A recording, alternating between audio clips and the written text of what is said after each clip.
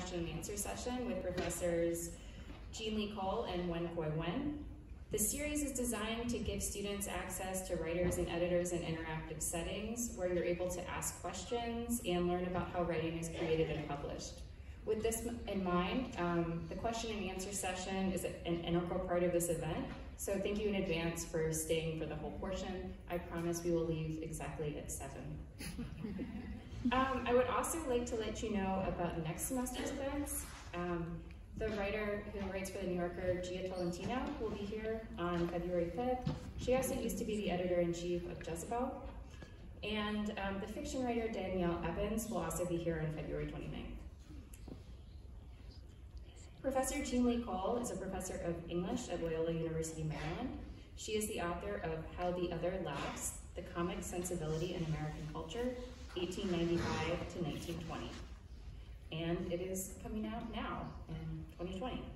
The Literary Voices of Winifred Eaton, Redefining Ethnicity and Authenticity, and the editor or co-editor of several books, including Zora Neale Hurston, Collected Plays, and Freedom's Witness, the Civil War Correspondence of Henry McNeill Turner. She was also awarded Loyola's NACBAR Award for Scholarship in the Humanities in 2017. Nguyen Khoi Nguyen is a multidisciplinary artist and educator. He is the author of the multimedia graphic novel The Gulf, which includes original drawings, music, and animation. He is the vocalist, pianist, composer, and band leader of the jazz trio Superior Kling. He is currently a digital media lecturer at Loyola University, Maryland. He teaches video, graphics, multimedia storytelling, and motion graphics courses. He served as a senior video producer and editor at Science Magazine, and was a high school teacher at Georgetown Day School in Washington, D.C. He has been awarded 3 American Graphic Design Awards, was a Strathmore Fine Artist in Residence, and a Thomas J. Watson Fellow. Thank you for welcoming Professor Khoi.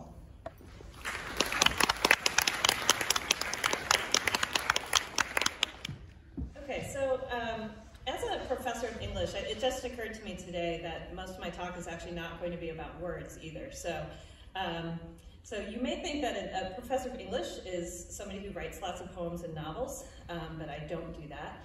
I study and edit literature. And the literature that I study is mostly literature that you've never heard of. Some charitably describe the authors and artists I write about as understudied.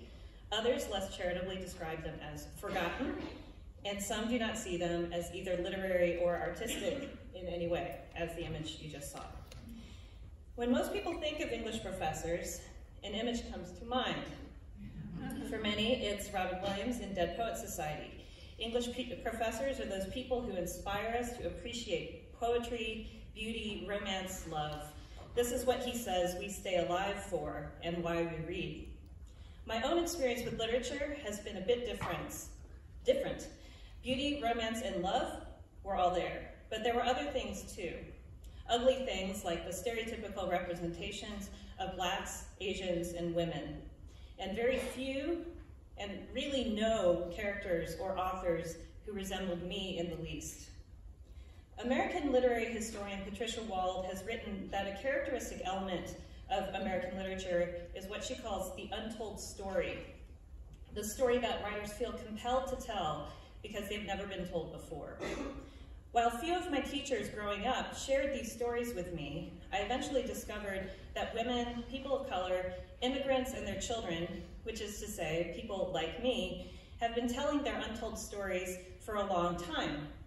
These are the authors and stories that interest me as a researcher and an academic. These are the stories that I want to bring to new generations of readers and scholars. What I do is to engage in what is called literary recovery.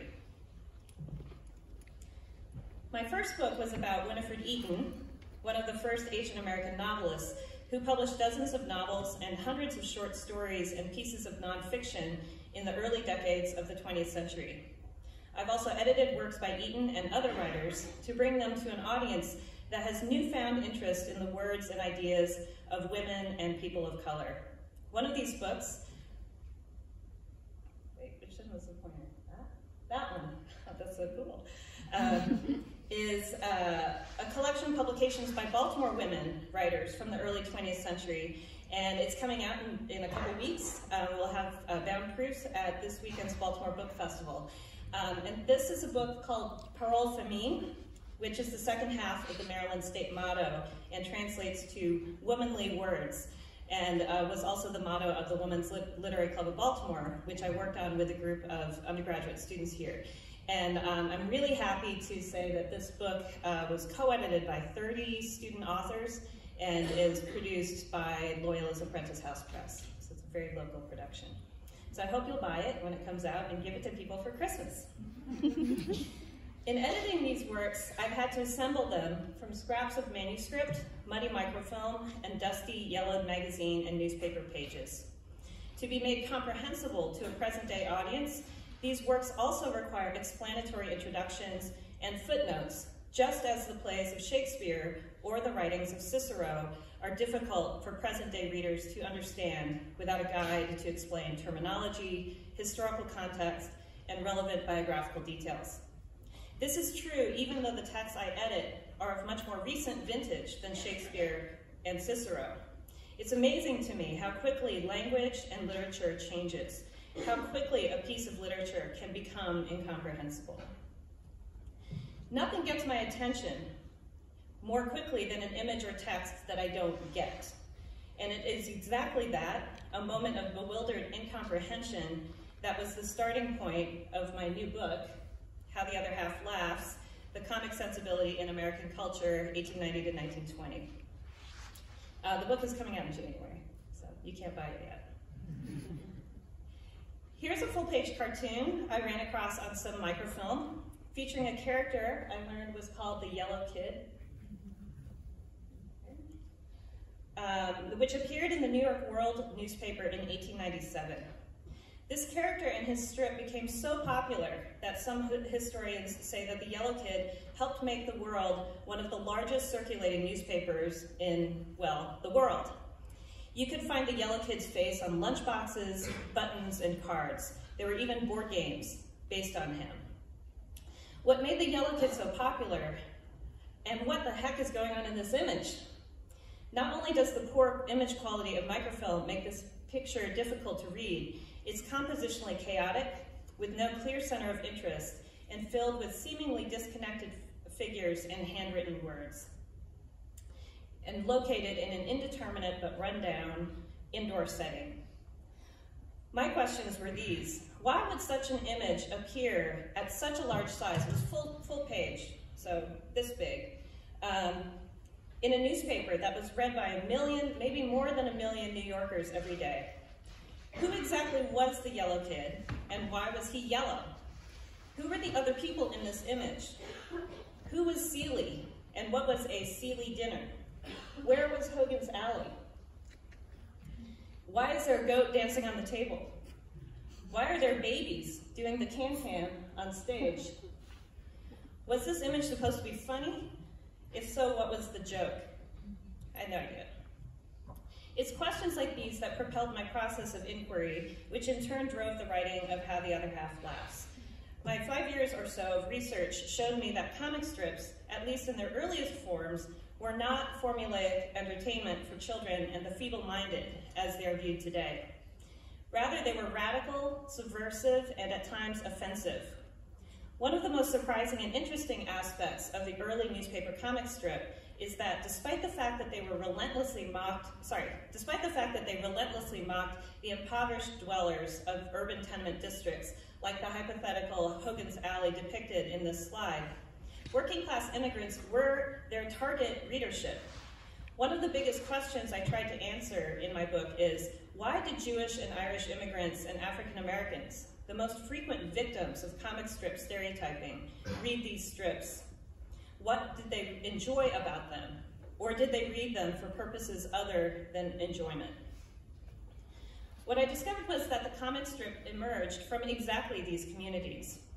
Popular theater at the turn of the 20th century, no less than Shakespeare's time, was rooted in urban working class culture. And in the United States, that meant that it was dominated by ethnic idiom and dialect.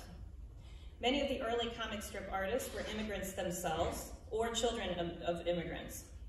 What I found most fascinating in the 5 years of research that went into this book was that what appeared to be a rupture in the fabric of Gilded Age America was in fact a competing cultural countercurrent, a frequently grotesque, always irreverent, and unapologetically crude way of being, what I call a comic sensibility that has been unacknowledged in the development of American culture during the 20th century.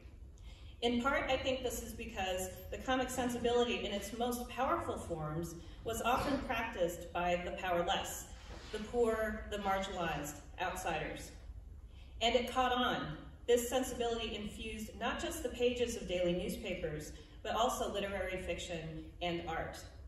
Ultimately, I argue that while much of the humor present during this time appeared to be at the expense of immigrants and other marginalized people, it also had the capacity to generate communal laughter among members of these groups. They laughed at themselves, at the vicissitudes of modern life, and at the world. This laughter could be bitter, but it was also cathartic. It was one way that immigrant communities proclaimed their presence, a way they demonstrated an insistence on existing. The comic strip also became a way to foster group solidarity. To get a joke is to share a worldview, to be part of a community. So how did readers understand a strip like A Sealy Dinner in Hogan's Alley? The cartoon refers to a scandalous bachelor party organized by New York socialite Herbert Sealy. So that's who Sealy is. The New York City police got wind that a famous belly dancer named Little Egypt had been hired to perform nude at the party. As she later put it in court testimony, she was going to perform in the Altogether. The police raided the party and discovered an A-list of New York's wealthiest and most powerful families. The incident revealed the seamy underbelly of New York high society. So armed with that, I was able to actually read this image. So first, here is the tiny figure of Little Egypt fleeing the scene. The socialites are all pretty much gone from here, and so who's left are the gleeful denizens of the slum, who are whooping it up, right? The yellow kid is here in front, seemingly oblivious to the policeman behind him. And the baby twins, Alex and George, these are, I think his twins, they look just like him, although it's not clear how they were born. But they're shown on stage in drag, wearing the kind of revealing costumes that prevailed in the dance halls and variety theater of the day. Taking on Little Egypt's role, they declare, you can't read this, but what this says is, we can do the all together too.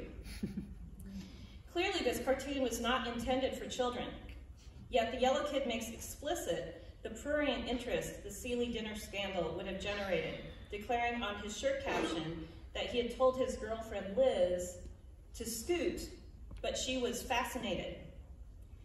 After looking through many other installments of Hogan's Alley, I was able to identify Liz and other repeating characters in the strip. Here's Liz, hard to see. She's held wrapped by the dancing twins, along with Jen and Em, who are here and here. You can barely see them. This is Em's hat. And on the captions, and Jen and Em are the girlfriends of George and Alex, these two twins. Barely legible on their hats are captions. One of them reads, "It's shocking, Alex. I'll never speak to you again. I'm sorry I came." The other says, "Why did you bring me to a place like this? Isn't George awful? My, my." Nevertheless, they can't help but gaze at the stage. And this is the thing I find most fascinating about this cartoon. It's not clear if they're fascinated by the prospect of male nudity in the Altogether, or if they actually think they're watching women, in which case they would be expressing a nascent lesbian desire. This strip, writes art historian Robert Gambone, demonstrates a resistance to what he describes as notions of proper bourgeois manners, and embraces alternate modes of being, including open sexuality, sexual promiscuity, and even anarchy. To see these transgressive images in print may have offended the sensibilities of New York's elite, but may have been exhilarating for working class readers. It was drawn by a German-American artist named George Lutz, who took over the phenomenally popular Yellow Kid strip when its originator, R.F. Outcall, was hired away from the New York World by its primary competitor, the New York Journal. Lutz, in fact, drew himself into the strip. He's up here. In what he describes as the Reporter's Gallery, and he was a newspaper artist reporter for some years. And his speech bubble reads, "Everybody has a criminal ear." While Lutz is unknown in the comics world, art historians actually know him as a prominent figure in the so-called Ashcan School, a group of American painters who depicted urban locales and people and formed the nucleus of American modernism. So there's a whole chapter on Lutz in my book. Historical treatments of this period tend to focus on the grim realities of the tenement. In his 1890 book, How the Other Half Lives, journalist Jacob Riis exposed the unspeakable living conditions of the poor, showing one half of society how the other half lives in stark photographs illumined by the new technology of flash powder, which made dark interior spaces photographable for the first time. In literature, scholars have focused on works of realism, such as Upton Sinclair's 1906 novel, The Jungle. I argue that these depictions of turn-of-the-century America tell only one side of the story. On the other are people like Lutz, who saw urban immigrant life as a space full of color, life, and, yes, laughter. I argue that these comic strips, in fact, liberated American art, like Dada, Surrealism, and other proto-modernist movements. Comic culture indulged in the irrational and the grotesque to create new forms of representation. They also created a space for a new population of artists and writers, many of them members of the immigrant and working class populations they caricatured, to emerge as culture workers, not passive consumers. They demonstrate that immigrant and working class life was not solely concerned with sorrow, oppression, and poverty. It was capable of imagination, irreverence, and wit. Without recovering these text images and cultural practices and inscribing them into history, they're destined to disappear. In fact, the murky image of the Yellow Kid that I've been talking about is the only version of the image I have been able to locate.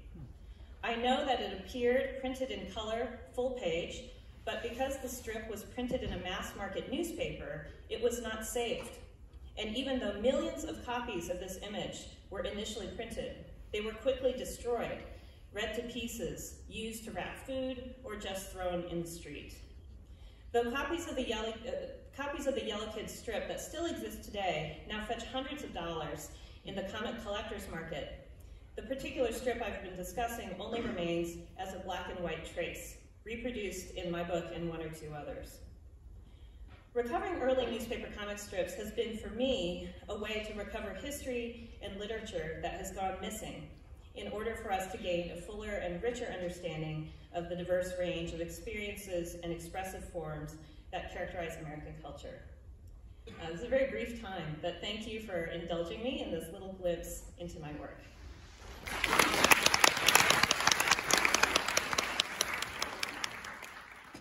Hi everybody, I'm Nguyen, and I wanted to share with you a project that I've been working on for about 7 years. It's called The Gulf, and it's a multimedia comic, loosely based on my family. So the Gulf refers to where I grew up. It's the Gulf Coast of Florida, but there's also a second meaning. The idea of a gap, a division. So in this case, the divide between adulthood and childhood, the divide between my Vietnamese identity and my American identity, and also generational divide. This is where I was born in Saigon, and my mom was born in northern Nam Dinh. My dad was born in Ga Mau in Vietnam, and there's tiny little Florida over there. Okay, so the multimedia comic includes an iBook version that is interactive and has music and animation.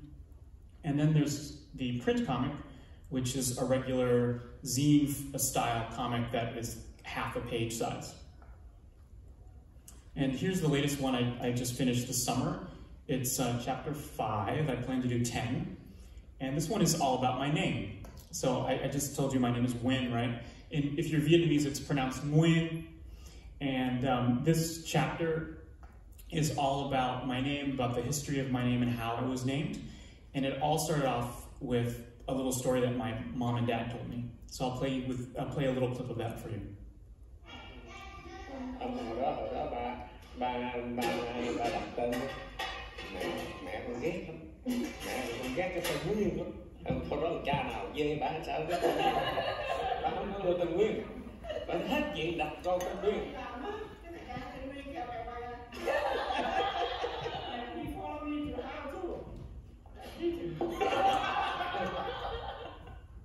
So that's the humble beginnings of my name there. So there's a lot of joy in that story, and when my dad and my mom told me that story, I just thought, oh, this is perfect. I want to recreate that joy, and I'll have that story be the skeleton of chapter 5. So I started off with the drawing of my dad as if he was recounting that story to me. Here he is on the couch. Here it is inked. Add a little shading, watercolor. This is the final layout of the page with my mom telling me that she didn't want to name me Nguyen, she wanted to name me Tun. And then my dad saying, no, he just shows up at the hospital and just says, I happen to name our son Nguyen Khoi Nguyen. So we're stuck with that. We're stuck with his name. So that's the final layout. And that was the seed for the rest of the comic. And that story, that recording that I just happened to take on my iPhone that day is really special to me because my dad passed away this year. And this comic was a really special chance for me to be with him one last time and to honor him for naming me. Okay, so the making of the golf, I wanted to go and just step by step show you the process of making the comic. Do a lot of research. I look at a lot of old family Polaroids and photos, and I look at books, periodicals. Of course, I do a lot of Googling.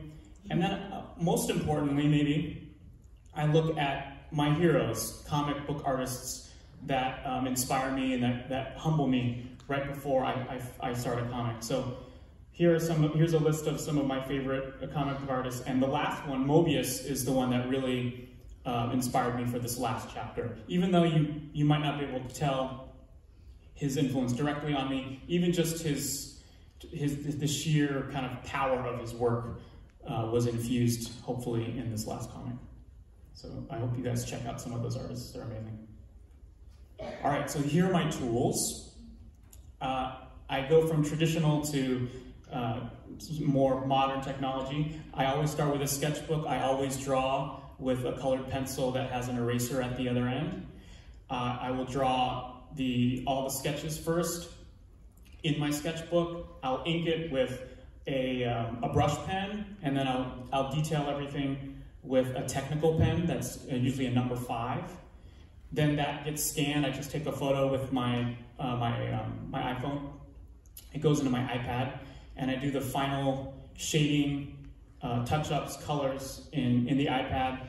That goes to my laptop, and I finish everything in software like Adobe InDesign and Photoshop. So here's my routine. It's a little bit cut off there. So a routine is super important for, I think, any creative life, and especially my creative life. This never happens during the school year. I never have time to do this. But in the summer, this is my ideal self, right? So I run in the morning. I love drawing in cafes when there's a little background noise. What else can I show you? Yeah, so probably the most blissful thing for me is getting to draw and listening to music at the same time. That's like my favorite thing to do. That's my routine. Here is chapter 3. This chapter is all about how my mom learned how to sew in Vietnam in the 60s. And this was all inspired by old sewing pattern books that she brought to America with her that I thought were beautiful. So the look of this, the feel of this chapter is based on those sewing pattern books. So I wanted to show you my process for this. She described an image of her and her siblings sleeping at night that I thought was really evocative, beautiful, and I wanted to recreate it as the final image for the comic. I didn't know how to draw it, so I made a diorama. I took photos of the diorama and then started to sketch. And here's the,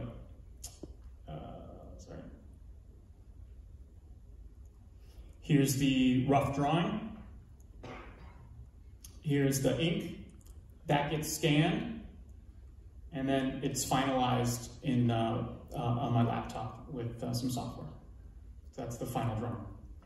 Here's another example.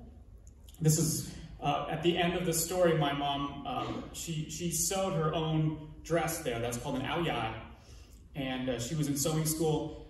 What you do is you wear your own dress, and then the teacher inspects the dress. I did a pretty good job drawing my mom there, based on reference photos, but I didn't know how to draw the grandma. So what do I do when I don't know how to draw something? I use myself as the model. There I am as the grandma. And then there's the grandma finished. I have the right cheekbones and the lips for it, so it's perfect. And then here's the final drawing of her classmates looking on, jealous, because she's the only one that finished. So I want to emphasize that for my workflow, the editing process is constant and it's iterative, and I go through lots and lots of drafts, and I'm not precious about those original sketches. For me, the final product, that satisfaction of finishing something is really fleeting, so I really make an effort, and I think I've gotten better at appreciating every single step of the process. And that includes the terrible drawings that I do at first. And so let's say I come to a place where I think I finished a drawing. The next crucial step of this is to have someone do some quality control that isn't me, that can give me a perspective that that I can't give myself because I have tunnel vision about the work, and I'm like obsessed with the work, right? So I have a first reader, and that first reader is my wife. And she usually says something like this. I'll show her a drawing or the whole draft of the comic, and she'll say, "Oh, that's great, honey, but you know, you might want to add something." And so I begrudgingly go back through all of those steps, and I'll make little fixes, and she's always right. And so I want to thank my wife for that, of being my best first reader. And that's our neighborhood cat, Eddie. Karen, are you in there? This is Karen Fish's cat. Yeah. And so when the comic gets finished, it's very DIY. I have a laser printer. I just print it all out, and I staple them all together. But as I said, it's multimedia, right? So I want to put these, after I make these print versions, I try to bring them to life. You know? And so there's an iBook version. This is chapter 1.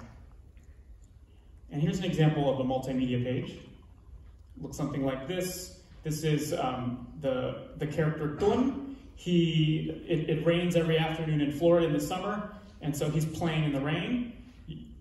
You would press play on that button up at the top there, and then you would see this animation.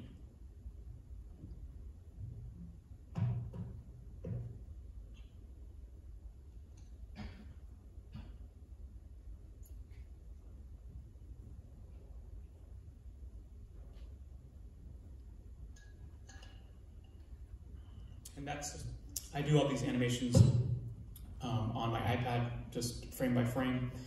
And they're intended to be more gestural, more experimental than the kind of type drawings that I do. And here's an example of also from chapter 1. It's in the middle of the night. This character Don is on the beach, and he runs into a friend of his, and he says, "It's Angela. I tell her how Jeff and I snuck out. I hope it makes us sound cool. She looks kind of sleepy, like she just woke up or had been crying. So why are you still awake?" And then you press play, and then you hear this.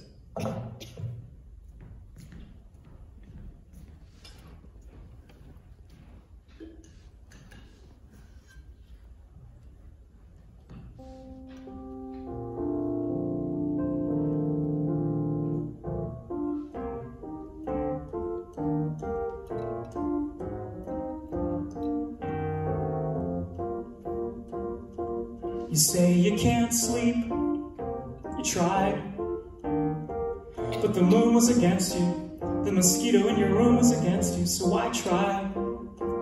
I always can sleep, don't need a window seat. The stranger's shoulder is fine, the baby crying is fine, I'm out like a light. You said you can't sleep, then why don't you just pass the time with me? Nights like this come round just once a week. What do you say? What do you say? You said you can't sleep, and you don't know why. Maybe the stars were too bright, maybe if your mind could quiet. I always can sleep, but that's just me. The sound of sprinklers is fine, the baby crying is fine, I'm out like a light. You said you can't sleep, then why don't you just pass the time with me? Nights like this come around just once a week. What do you say? What do you say?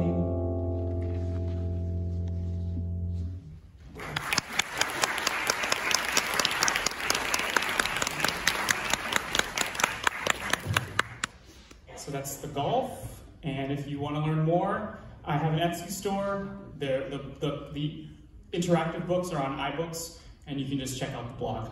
Thanks for listening.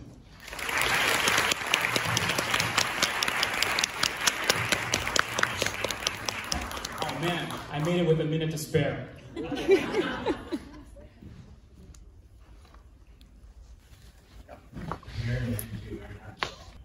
So I was really lucky. My hometown, Cape Coral, Florida, had this awesome Parks and Rec art studio space, and I took a lot of drawing classes all starting in middle school, but I always loved to draw. What made you pick that particular era for looking at those cartoons? The 1890 to 19? So, that's the period I study. Yeah, I mean, it's interesting because I've been asked by people assume that I know all this stuff about comics, but I really only know about comics from this very narrow period. Although one of the cool things about the book is one of the artists that I write about turns out was African-American, mixed race but passing, and I had always thought of him as a white artist, George Harriman. And he had this amazing comic strip that I had read in the 30s and from the 1930s and 40s called Crazy Cat. And in the course of doing this research, I discovered that he was actually passing. And this was a strip that I was obsessed by in college. So it was really cool to be able to go back to that and incorporate that into my research. Liam. I just had another question for you about, so you said that the subject of it was understudied. How do you come across an image like that if it's so understudied and you couldn't even find it anywhere? Yeah, that's a great question. So I had actually started out by doing research on American periodicals. That's actually, I studied periodicals, so newspapers and magazines, and from the 1890s period. And it was doing research on something else. I just kept running across these comic sections from these newspapers and just thinking, I can't understand what's going on in any of these comic strips, and they were supposed to be for stupid people, and I don't think I'm a stupid person. So, so what's going on in these? And so that was an example of one that I found really, really puzzling. And yeah, and this is what's so great about doing primary source research. If you do this, if you get the chance to do this in your history classes or some English classes, it's incredible. You find stuff that nobody's talked about before. It's everywhere. This was an ideal one, I'm assuming. What got you to the point where you wanted to focus on your life and being also, I guess, you kind of answered the question already, but where did it start and how did you get there? Well, I think every little weird project that I do, it starts off with complete ignorance and thinking that, oh, I can probably, this will be easy. So that happened here. And like 7 years ago, I was reading really cool graphic novels that I thought, wow, I feel like I could live in this world and I could contribute something to it. That's how it started for me. So my project actually started when I took a sabbatical in 2007, 2008. I thought I was going to write a book about images in periodicals and in all of American culture in the 1890s. And what I kept having to do was take a chapter, what I thought would be a chapter would turn into a book.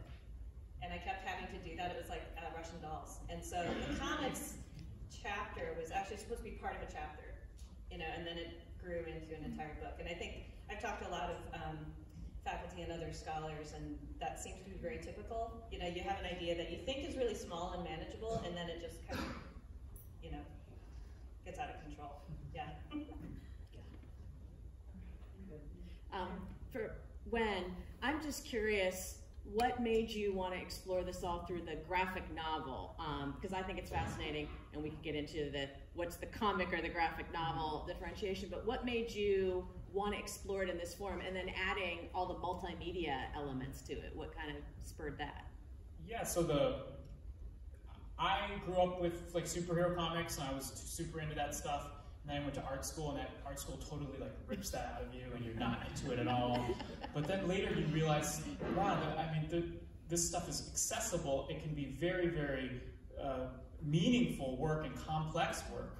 So I felt like there's enough there. There's enough juice there for me to dig in. And for the multimedia part, that's just kind of happenstance. Like 7 years ago, iBooks kind of came out, and they came out with a simple app for authors to start adding multimedia and publish themselves. And I thought, okay, maybe this is something that I can do, because I was already making films and using video and music at the same time anyway, so it just felt like the hardest thing for me was writing, because that was really new to me.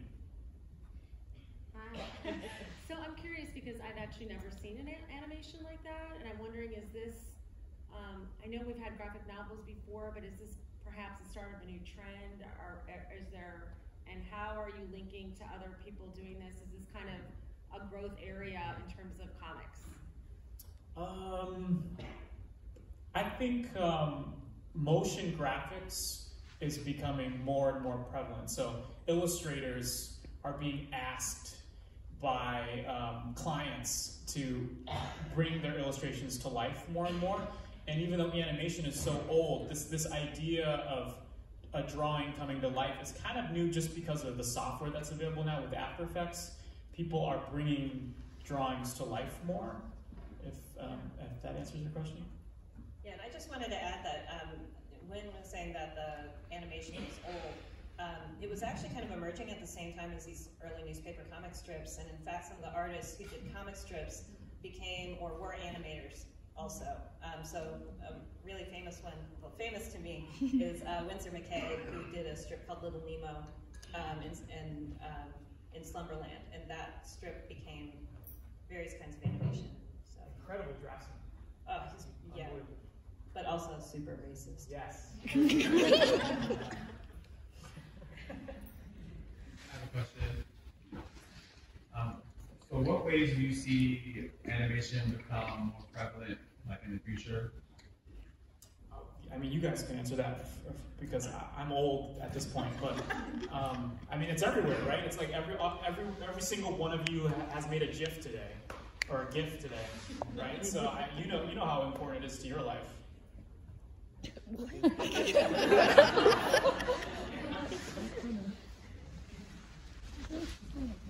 I think one of the most difficult things for me in my creative writing classes and those things is figuring out which topics to focus on. And so in these 10 chapters that you have, how do you decide what you want to focus on for each book? I have no plan. My parents tell me a cool story, and I just start drawing. But I think the most important thing is to not like edit yourself, right? It's to be open to stuff, be willing to give up after a couple months if it's not working out, and just to let the idea take you where it wants you to go. I think there's also, I was really glad to see the editing process for the visual, for the narrative comics, because I love to edit. You know, like I hate what I write first, but I have grown to have real faith in the drafting and editing process. So I think also just like letting the bad idea come out and pushing through is important.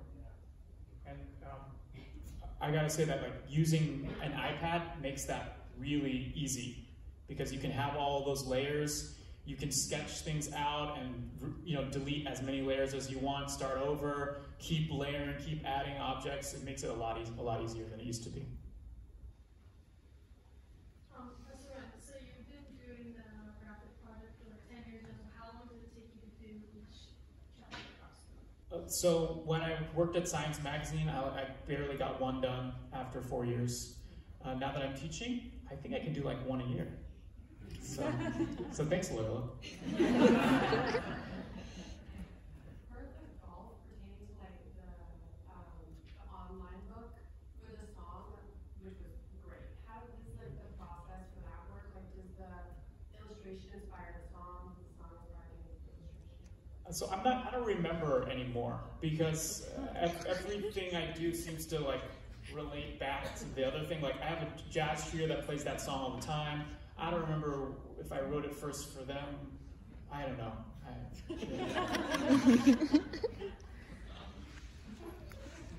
Just as somebody who is fascinated by the research process, can you talk a little bit about what you had to do to find all, that research, to find those comics, to search them down? That's a fascinating thing to me, but I think an important part of that type of research and creative writing. So how do you do it? Yeah, so I spent a summer commuting to DC to look at microfilm at the Library of Congress. I have a very high prescription on my glasses, and I was going to ask. Pretty sure it's from microfilm, which is just horrible to look at. And I also went to the New York Public Library, which has a great archive of all kinds of things. And then I also spent a couple weeks or just a week, I guess, at a big comics archive, which is at Ohio State University. It's called the Billy Ireland Cartoon Library and Research Center. That was amazing, because that was the first time I'd actually seen a whole bunch of these comic strips in color. So they have all these original Sunday comic strips that before I had only seen in black and white in the form that you see. I mean, you can't even read anything in them. And so to be able to see them in color was just, it was like magic. But something that's really helped with this research is that a lot of dealers have stuff online. And so that was part of the research that I was not trained to do as an academic, was just talking to dealers and talking to collectors. But they actually have lots of stuff that you can't find in a library. So it was really cool to do this project and also tap into this network of fans and collectors and people who are not academics, because they know so much. And that's something that I think is often untapped by academics. So in our English class, we talked about how graphic novels as a general genre can be seen by people who sort of more rely on novels. And I'm just curious about if there's an overlap that you can see about where stories in the future might be, or what they might be about, and if there might be more of an overlap throughout genres with multimedia, literary works, and the like. So I started off doing the golf as multimedia, and then friends would say, like, can you make something that I can hold in my hands? And then I started making the print version, and then I was like, wow, this is so much more satisfying in a lot of ways to have that physical book in your hands, and I hope that we never forget that. The multimedia thing, that I try to make that unique for what it is, and it's laid out in a different way, and there's different content. But the print version of things, the book, it's pretty awesome technology as it is. Yeah, a little bit of context. So I assigned the Gulf in a class that I'm teaching now on multi-ethnic U.S. literature, and I made them all buy it too. But it was really, really cool because we were reading both the ebook. We had one chapter that was available in both versions, and even though the music and the animations really add so much, they're a little bit harder to read. You know, because you don't know if you're getting the whole text, and sometimes it's like, what do you do with this? But the zines are just they're really cool. I mean, there's some out there that you can check out after this. But yes, I love books. As Asian Americans in fields where I feel like you're rather underrepresented, do you ever find yourself at a block trying to figure out your identity as an Asian and American at the same time? You mean in our work? Yeah.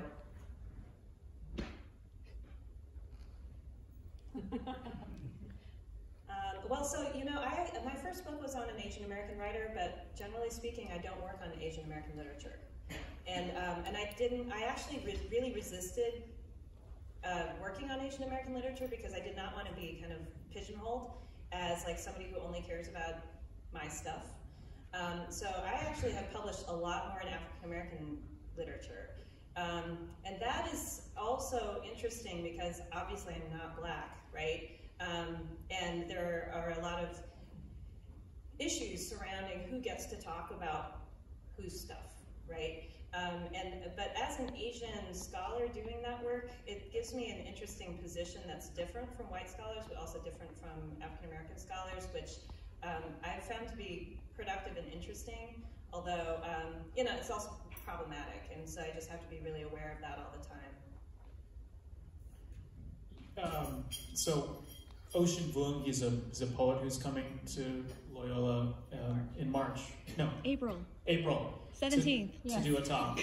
But he's unbelievable, and he, when I saw him recently, and he was saying, people keep asking him, or keep assuming that the work that he does is all memoir, because he's an Asian American, and like, probably the only story he has to tell is his immigrant story, right? But he really is great at pushing back at that, and the last book that he's written is a work of fiction. I mean, there's some inspiration from his family, but it's a work of fiction. And for his explanation of it is, I want to be a part of, I have every right to be a part of the American literary canon, and I should be allowed, just as the great white men in that canon, to be a world creator.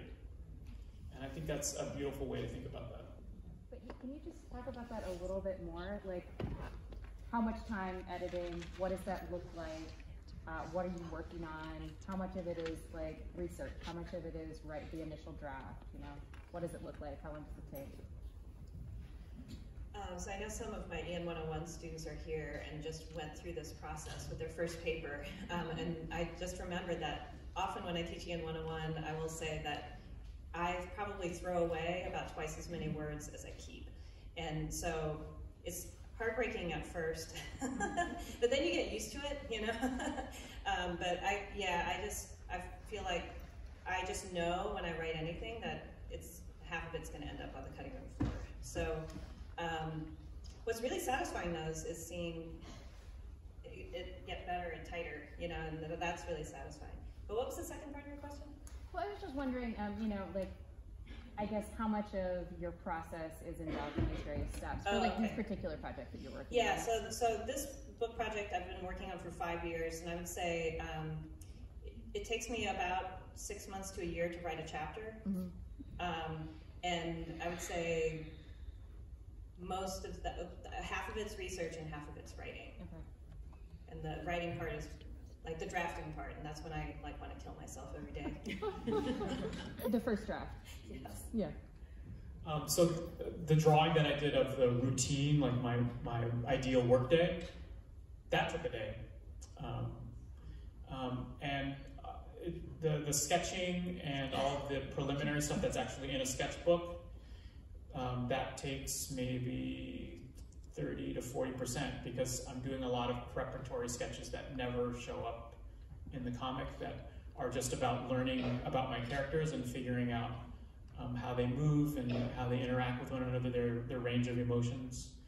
And then the editing seems to be taking up more and more now that it's easier to edit using technology. So I'm not sure if that's a good thing, because I can get really obsessive and crazy about, as my wife knows, about all the text boxes and legibility and going over and over. Thanks, everybody.